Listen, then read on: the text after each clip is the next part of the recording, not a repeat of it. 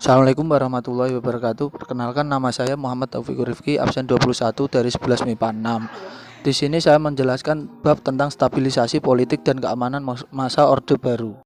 Orde Baru mencanangkan konsep dan aktivitas pembangunan nasional yang berorientasi pada kesejahteraan masyarakat. Langkah pertama melaksanakan pembangunan nasional tersebut adalah dengan membentuk Kabinet Pembangunan 1 pada 6 Juni 1968.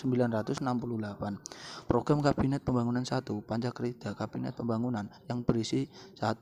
Menciptakan stabilisasi politik dan ekonomi sebagai syarat mutlak berhasilnya pelaksanaan rencana pembangunan 5 tahun repelita dan pemilihan umum (pemilu).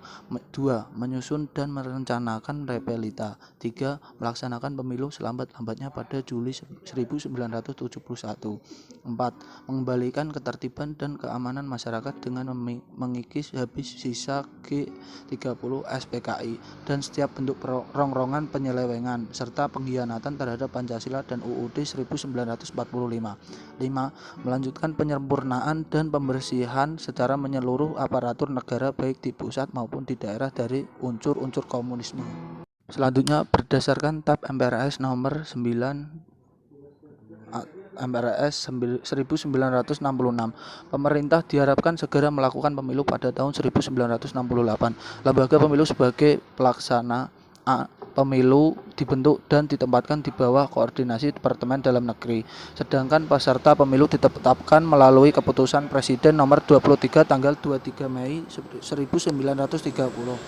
Berdasarkan surat keputusan itu, jumlah partai politik yang diizinkan ikut serta dalam pemilu adalah 9 parpol, yaitu NU, Parmusi, PSIC, Perti, Partai Kristen Indonesia, Partai Katolik, Partai Musyawarah Rakyat Banyak, dan Ikatan Pendukung Kemerdekaan Indonesia ditambahi dengan Golkar. Adapun perolehan suara hasil pemilu 1971 adalah sebagai berikut.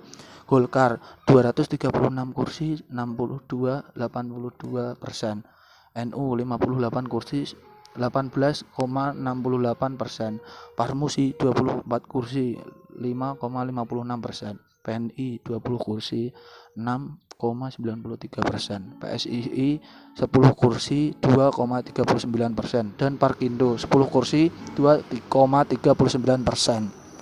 Pemerintahan Orde Baru berhasil melaksanakan pemilihan umum sebanyak 6 kali yang diselenggarakan setiap 5 tahun sekali, yaitu tahun 1971, 1977, 1982, 1987, 1992, dan 1997. Pemilu 1971 diikuti oleh 58.558.776 pemilih untuk memilih 460 orang anggota DPR, di mana 360 orang anggota dipilih dan 100 orang diangkat. Pemilu pada masa Orde Baru dimenangkan oleh Golkar. Hal ini disebabkan oleh pergerakan kekuatan penyokong Orde Baru untuk mendukung Golkar. Kekuatan itu adalah aparat pemerintahan, pegawai negeri sipil, dan Angkatan Bersenjata Republik Indonesia atau ABRI. Pada tahun 1971, pemerintahan Orde Baru melemparkan gagasan penyederhanaan partai politik dengan alasan-alasan tertentu, seperti kasus pada masa demokrasi parlementer.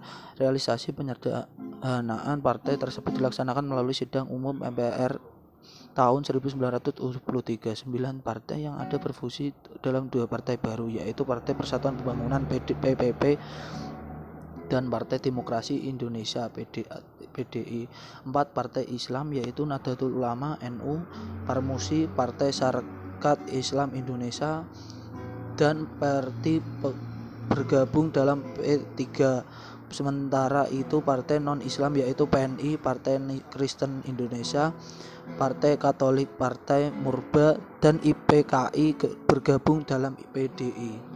Stabilisasi nasional sendiri meliputi stabilisasi keamanan, ekonomi, dan politik. Stabilitas nasional bukan hanya merupakan prasyarat terselenggaranya pembangunan, tetapi merupakan amanat sila kedua Pancasila, yaitu terwujudnya kemanusiaan yang adil dan beradab.